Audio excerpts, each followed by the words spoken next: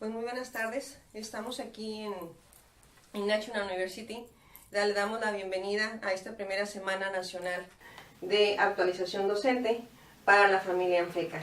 En esta ocasión, estas actividades forman parte del 55 aniversario de la Asociación Nacional de Facultades y Escuelas de Contaduría y Administración, y para el cual organizamos una serie de conferencias, talleres, foros, y de manera muy particular, en este momento pues vamos a hablar sobre la conferencia que nos atañe con el doctor Ramón Corona, pero previo a esto les voy a presentar quién es el doctor.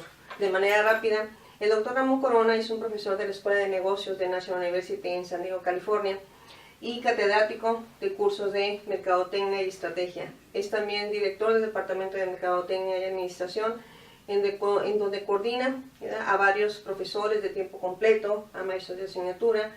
Y por un dato adicional, simplemente el año pasado en este departamento tomaron clases más de 5.500 estudiantes.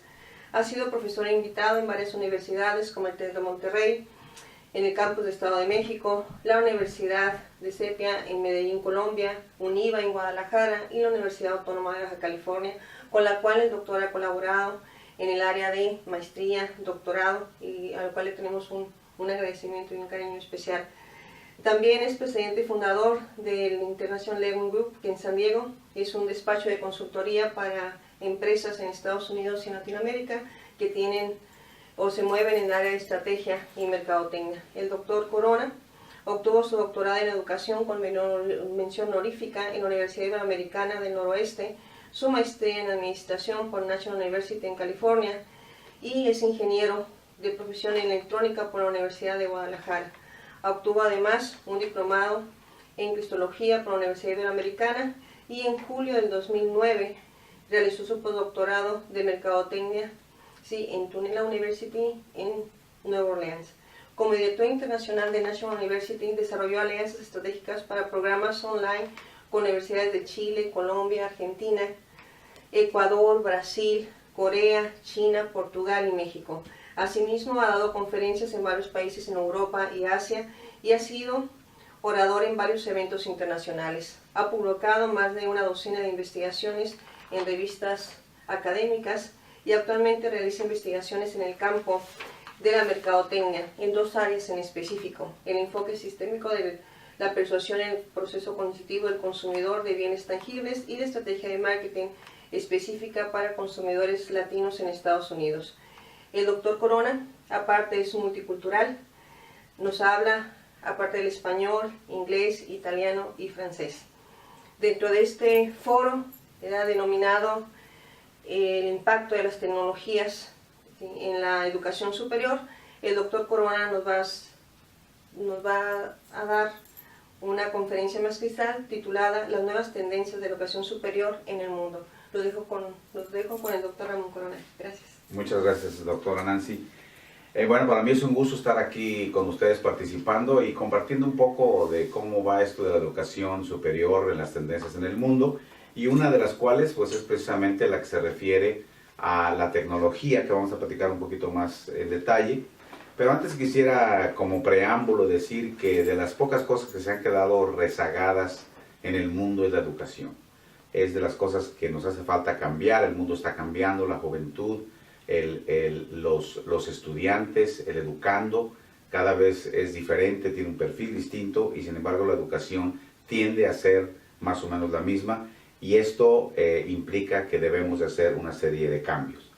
Asimismo, pues hay varios factores o aspectos que nos han hecho cambiar radicalmente lo que es la educación. Por ejemplo, uno de ellos es, como la información ya está muy a la mano para los jóvenes, y quizá cuando estemos enfrente de un grupo dando clase, los jóvenes tienen acceso a esta información en forma instantánea con su teléfono inteligente, yéndose a Google o a ver la información en internet. Nos hace la pregunta a nosotros los educadores: ¿cuál es entonces el nuevo rol que debemos tener como educadores? Y una de estas respuestas o posibles respuestas que yo he encontrado a través del tiempo es en cómo nosotros interactuamos con el contenido de la materia que estamos dando. Es decir, cómo podemos aplicar o poner en práctica lo que esa materia conlleva, que pudiera ser economía o finanzas o contabilidad, cómo lo podemos aplicar. La otra es lo que llamamos el aprendizaje experiencial, que se refiere a cómo poder nosotros transportar a la experiencia y validar la experiencia del educando en este proceso de enseñanza-aprendizaje. Entonces, todos esos factores nos han hecho que nos muevan mucho el tapete a los educadores y tenemos que redefinir, tenemos que reinventarnos cada día para ver cómo podemos llegarles a este nuevo persona que tenemos enfrente, que es el estudiante. Algunas de las cosas que tenemos que redefinir es cuáles son las verdaderas habilidades que requiere el estudiante moderno, el estudiante del siglo XXI. Quizá no sean las mismas de hace 10 o 20 años. ¿Qué cosas necesita hacer? Ya no es tanto el infundirle pasivamente una serie de conocimientos, sino es tratar de que el estudiante pueda adquirir habilidades que le permitan ser mejor como persona, ser más competitivo en el ambiente de mercado. Cómo aplicar estos principios, estos conocimientos que está adquiriendo en esta profesión, en esta carrera, en esta clase. Cómo usar los recursos. Ahora todos somos multitasking, como decimos aquí en Estados Unidos, en el sentido de que tenemos muchas labores que podemos hacer al mismo tiempo. Entonces, ¿cómo usamos los recursos que tenemos disponibles de información, del internet, de nuestros compañeros, etcétera? Uno de los aspectos también que se ve como una de las tendencias de la educación a cambiar muchísimo es el trabajo en equipo. Como que durante mucho tiempo se veía, inclusive aquí en Estados Unidos en forma más profunda, el hecho de que la persona era un individuo y qué tanto pudiera la persona destacar era la base de su éxito. Ahora las empresas y las instituciones nos están pidiendo cada vez más a los educadores que enseñemos a los estudiantes a trabajar en equipo, a saber, y esto implica un cambio de mentalidad muy grande, ¿no? Un cambio de paradigmas que ahorita vamos a platicar, en el cual no es tanto lo que sabe la persona, sino lo que es capaz de hacer en colaboración con otros. Entonces, algunos de estos paradigmas que están cambiando en forma muy importante, se refiere, por ejemplo, al liderazgo distribuido en lugar de el liderazgo individual, un liderazgo distributivo. Otro es cambiar ese paradigma de decir, no soy tanto yo, sino vamos a hablar del nosotros. Nosotros como equipo, nosotros como empresa. O sea, ese como el fin de ese individualismo acuciante, crónico que hemos tenido durante muchos años. Cambiar la mentalidad de competir y ganar por la de compartir, ¿sí? Y medir el desempeño.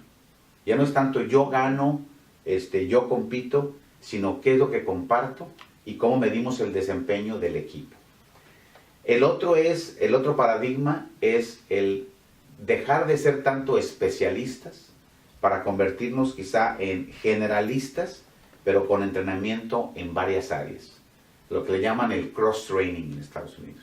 Que la persona no nada más diga yo sé hacer una sola cosa y la hago muy bien, la hago perfecta, sino decir puedo hacer varias cosas, puedo ayudar a varias funciones dentro de mi empresa, dentro de la institución que trabajo, dentro de la organización, el gobierno, etc. También cambiar el paradigma finalmente de lo que es la responsabilidad individual. Antes era yo soy responsable y yo tengo que dar fe de lo que me han dado. Ahora es cómo comparto esa responsabilidad y cómo colaboro también para que otros logren objetivos. No nada más es yo logro, sino cómo ayudo a que otros logren también su objetivo. Entonces, como preámbulo, esos son lo que yo, a mi punto de vista, son los paradigmas de la educación. Otros dos elementos importantes que nos han hecho mucho ruido, nos han movido mucho el tapete, es el modelo global. El estudiante de hoy es un estudiante que se identifica con todos los países del mundo, sobre todo los países, digamos, que tienen cierto nivel de tecnología y demás, en el cual ya no están aislados, sino que la tecnología nos hace que estemos unidos, el internet, la televisión, etcétera, y no digamos las redes sociales. Entonces somos como la aldea global, el estudiante global que viene siendo más prevalente en nuestros tiempos. Entonces debemos de romper con los paradigmas. Y finalmente en educación, algo que nos ha impactado mucho es como algo del futuro, que hasta ahorita no se sabe bien qué tanto va a impactar la educación. Son los famosos MOOCs, ¿verdad? O estas clases virtuales o clases en video que están en YouTube, que las ofrecen las universidades más importantes del mundo, como Stanford, Harvard, Yale, Thunderbird, etcétera, Wharton, en donde dicen, aquí está esta vaca sagrada, este gurú dando una clase de economía, de finanzas, de marketing. Entonces, eso ya está a la mano de cualquier persona. Ya no se vuelve algo privativo del profesor, que antes eso era lo que lo hacía valer, sino que ahora esa información, pues, está, siempre hay mucho que se puede compartir en ese sentido. Está la Khan Academy, que está ahorita prevaleciendo, de esta persona de origen hindú, que se vino acá a Estados Unidos y que ahora está apoyado por varias organizaciones como Microsoft y otras, el cual él ayuda a muchos estudiantes de diferentes niveles a aprender materias y adquirir habilidades en varias áreas, básicamente a través del internet, con videos sobre las clases, sobre aprender álgebra, matemáticas, negocios, etc. Entonces ya eso ya es prácticamente accesible a cualquier salón de clases en forma gratuita. Entonces el rol del profesor ya es totalmente distinto al que era hace 10 años, al que era 20 años. Entonces esos son de los grandes cambios que hay en la educación. Y hay algunos cambios específicos que yo quisiera mencionar. Uno de ellos es el creciente uso de las redes sociales, como Facebook, Twitter, Pinterest, Instagram, etcétera, WhatsApp inclusive, en donde más que decir el estudiante se está distrayendo con esta tecnología, la verdadera pregunta para el profesor del siglo XXI y de lo que resta para el futuro es: ¿cómo uso esas herramientas que ya tienen los estudiantes, que no se las voy a poder quitar, que no voy a poder evitar que lo usen en clase? ¿Cómo lo hago para integrarlos, para hacerlos que estén más conectados con el contenido de la clase y que se integren al aprendizaje colectivo de un salón de clases? Entonces, esa comunicación instantánea a través de textos, a través de mensajes, debo de usarla como maestro, como profesor del siglo moderno, para poderlo integrar con mis clases. El aprendizaje colaborativo, ese es como un segundo punto, el aprendizaje colaborativo con la integración de plataformas virtuales. Ahora ya no podemos sentarnos en nuestros laureles y pensar que solamente las clases presenciales son las que sirven, porque ahora ya pues hay un gran desarrollo en las plataformas virtuales como eCollege, Blackboard, WebCT, Moodle, Sakai, etcétera, que son plataformas educativas que permiten un alto nivel de interacción con el estudiante, no solamente con el contenido, sino con las tareas, las discusiones, inclusive las sesiones presenciales que se dan. Yo, por ejemplo, tengo aquí un programa que se llama Global MBA en español, en el cual tengo estudiantes de 7 países del mundo que están en forma sincrónica desde esos 7 países, interactuando al mismo tiempo en una clase donde estamos participando todos con proyectos, con casos de Harvard, con casos de negocios, etc. Entonces ya esa tecnología la tenemos que usar, esas plataformas, para poder hacer que el estudiante esté más conectado. También el uso de los videos, que ahora ha resurgido como algo que nos permite complementar la información y las habilidades que se aprenden en el salón de clases, como son, por ejemplo, FaceTime o Skype, que ahora ya se usa. Yo les puedo decir que en algunas de mis clases tengo el orgullo de poder invitar a un profesor muy famoso desde Nueva York o desde China, que venga a hablar 1 hora a mi salón de clases, en forma de, lo conecto por medio de plataformas como Adobe Connect o FaceTime o Skype, en la cual pues estoy integrando, y es algo que queda inclusive grabado para usarlo yo en futuras clases. Entonces, La tecnología nos permite tener a los mejores profesores del mundo disponibles en nuestra computadora. Y eso no hay que dejarlo a un lado porque es una tecnología que viene empujando como un bulldozer que nos viene y que nos, queramos o no, nos va a hacer cambiar nuestra forma de pensar, sobre todo para los profesores de educación superior. Entonces, trabajo en equipos virtuales, otra de las cosas que se logran con esta plataforma. Y también hay una tendencia muy grande a la mayor diversidad de los estudiantes. No solamente en cuanto a diversidad étnica, sino diversidad cultural, diversidad en el sentido de diferentes niveles de ingresos, de vivir en diferentes localidades, en diferentes ciudades, pueblos, regiones de un país.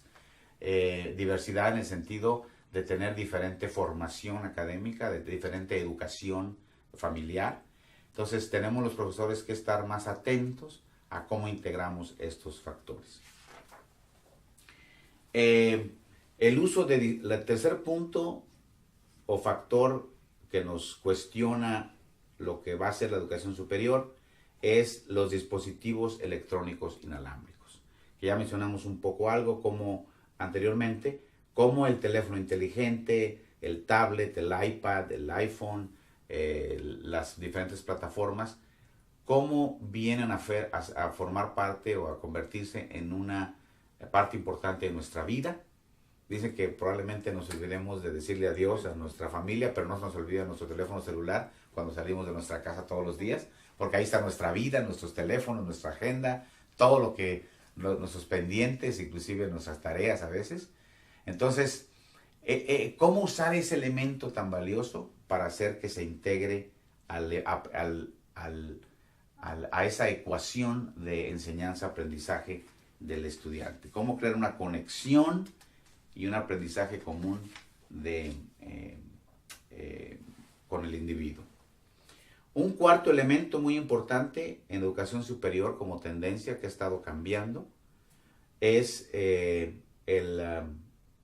lo que le llaman en Estados Unidos el flipped classroom o blended learning, el aprendizaje mezclado o combinado, en donde se combinan diferentes elementos de aprendizaje como son videos, como el YouTube, la Khan Academy, como había mencionado, la tutoría personalizada, o sea, esos elementos más un sistema de tutoría personalizada al estudiante a fin de complementar la información, ¿verdad? Es que la tutoría del profesor mediante la interacción y no la cátedra. O sea, el sistema de cátedras, si yo puedo tener en YouTube a un profesor emérito de Harvard dando una clase de marketing, pues para mí es difícil competir ante eso, ¿no? Entonces, ¿cuál va a ser mi rol? Mi rol va a ser complementar lo que esa persona está diciendo para que el estudiante pueda aprender ese aprendizaje compartido que habíamos mencionado antes. Eso se le llama también el enseñar invertido o el reverse teaching, que se llama, o el método de Thayer que ha estado resurgiendo de una manera muy importante. ¿Cómo andamos de tiempo? Ok. Bueno, otro de los elementos que aquí se ha dado que ha estado creciendo es lo que se llama como pagar por resultados. En ese sentido es el estudiante y el profesor, cómo pueden ser responsables de lo que están, o sea, cómo puedes medir realmente los resultados de lo que haces como profesor. ¿Cómo mides? No nada más es medir lo que tú puedes hacer frente a un grupo o con un grupo de estudiantes, sino más bien cómo mides qué tanto aprendieron los estudiantes. O sea, tenemos que ser responsables de la otra parte de la ecuación. No es yo doy buenas clases y merezco estar bien y merezco promoción y merezco aumentos de sueldo y merezco mis plazas, sino es yo qué tanto hago que el estudiante realmente aprenda, qué tanto se logran resultados del otro lado del escritorio, ¿verdad? Medición, o sea, educación basada en competencias, ¿verdad? Que ahora pues en países latinoamericanos y en México y en España ha tenido una gran prevalencia, pero también medir y evaluar. Lo que no se mide, no se controla ni se mejora. Tenemos que medir la educación, medir lo que se aprende, medir y evaluar los resultados. Los profesores tenemos que ser más conscientes de cuál es la apreciación del estudiante, cómo nos mide, cómo nos evalúa el trabajo que hacemos. Otro de los aspectos, el punto sexto, es la creciente demanda de datos, lo que se llama la parte analítica. Ahora ya no es más tanto de la parte cualitativa, de decir la educación es buena porque hay aspectos cualitativos, sino cómo compito con otros y cómo mido mi educación como universidad, como institución o como profesor. Cómo mido para saber que estoy bien. Un enfoque cuantitativo y analítico de lo que hago. O sea, yo tengo que ser responsable ante mi institución y demostrarle en términos cuantitativos que lo que yo hago vale la pena, que mi trabajo me lo gano en base a mis resultados y no a mi categoría o mis años que tengo aquí, sino simplemente por resultados en forma objetiva. Exámenes al final de cada programa para poder también medir al estudiante. Esa es una tendencia que se está haciendo. Aquí, por ejemplo, en el área de negocios, tenemos en las áreas, por ejemplo, de contabilidad, como al estudiante se le hace un examen al final de su programa para estar seguro que aprendió todo lo que tiene que aprender. Entonces, ahora, cada vez más con la certificación de alumnos, se está dando este proceso en el cual el estudiante tiene que demostrar en forma de un examen específico de que la persona sabe lo que se supone que debe saber para poder obtener su grado académico. Entonces esto yo lo veo como una tendencia que cada vez va a ir haciéndose más prevalente.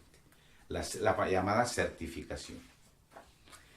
Algunos otros aspectos que son, hablamos de la desigualdad en ingresos, de la diversidad, el acceso a que no nada más la élite o las élites en los países tengan acceso a la educación, sino tenemos que estar siempre pensando en las clases menos favorecidas, en las comunidades rurales, en las comunidades, en los pequeños pueblos, en la gente pobre, la gente que más necesita. ¿Cómo podemos hacerle llegar esa educación? Eso es una obligación ética, moral, que tenemos todos los educadores, de cómo hacerle llegar a esas personas, cómo darles acceso a esa educación, a que tengan mejores posibilidades y mejor futuro para su vida. Es otra de las grandes tendencias que se está dando en todas lados. Hablamos de los cambios demográficos, también de la diversidad. Los cambios en edades, por ejemplo, en México a mí todavía me sorprende que el 90% o más de las universidades se dedican específicamente a jóvenes. Nosotros somos una universidad de adultos exclusivamente, es más, no tenemos jóvenes. Tenemos personas de edad promedio 35 años, nos dedicamos al adulto que trabaja y tenemos 40 años de existir aquí en Estados Unidos y nos ha dado un gran resultado. Estamos creciendo porque existe una gran necesidad del adulto que trabaja de seguir trabajando, de seguirse preparando, de seguirse certificando. La persona a lo mejor hace 20 años fue a la escuela, se recibió de una licenciatura, 20 años después se casa, tiene hijos, quiere mejorar en su trabajo, necesita una maestría, necesita una certificación en algo, entonces regresa a la escuela. Entonces ese es el perfil de la persona que nos interesa llegarle, y yo creo que en México y en Latinoamérica en general esta área está completamente verde, porque hay muy pocas universidades que le dedican algo de sus recursos a los adultos, y ninguna hasta ahorita que yo sepa que se dedica exclusivamente a los adultos como lo hacemos nosotros. Este nuevo concepto que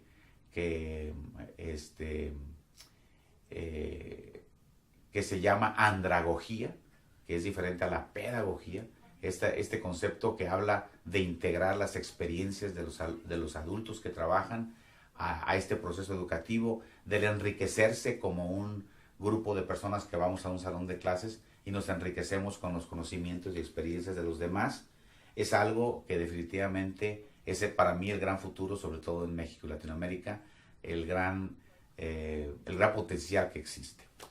La semana pasada estaba leyendo en la revista, justamente en esta revista de Harvard Business Review, que habla de cuáles son realmente el potencial de los nuevos trabajos del futuro. Como ustedes saben, Harvard pues es la universidad de las más prestigiadas del mundo, Y habla de un concepto que me llamó mucho la atención también, que quisiera integrar a esto, que es lo que se llama el potencial de la persona. Es un concepto interesantísimo porque habla de que las empresas nuevas quieren contratar a trabajadores no por lo que sepan hacer ni por lo que hayan estudiado, sino por su capacidad de cambiar y su capacidad de adaptarse a nuevos ambientes, su capacidad de aprender nuevas tecnologías, nuevos lenguajes, su capacidad de trabajar con nuevas personas. O sea que lo que dicen ellos es los nuevos buscadores de talentos están pensando en personas que tengan una gran capacidad para adaptarse a los cambios en las organizaciones. Entonces, ese es el gran futuro que existe según los expertos. La pregunta aquí para nosotros como educadores es, ¿cómo vamos a infundir esto en nuestros estudiantes? ¿Cómo les vamos a inculcar ese interés y esas ganas por sentirse cada día más adaptables a los medios y a las adversidades de la vida? Bueno, hablamos un poquito de esto. La preparación, las universidades tenemos que también estar muy conscientes de cómo ayudamos, aquí ya sí, desde el punto de vista de la educación superior, las instituciones, cómo ayudamos a los estudiantes a conseguir su trabajo. Muy importante. Y creo que pues eso hablamos en general de las tendencias de la educación. Desde mi punto de vista, les comparto esto que lo veo como preocupaciones, pero también como áreas de oportunidad, y esperamos que en esta conferencia que están organizando, pues esos conceptos que les comparto les sean de utilidad, por lo menos para que les mueva un poquito el tapete y los hagan pensar en lo que viene en el futuro, que nos hagan cambiar para adaptar la educación a lo que los nuevos tiempos están demandando. Estoy a sus órdenes aquí en National University. Muchas gracias y que tengan buen día.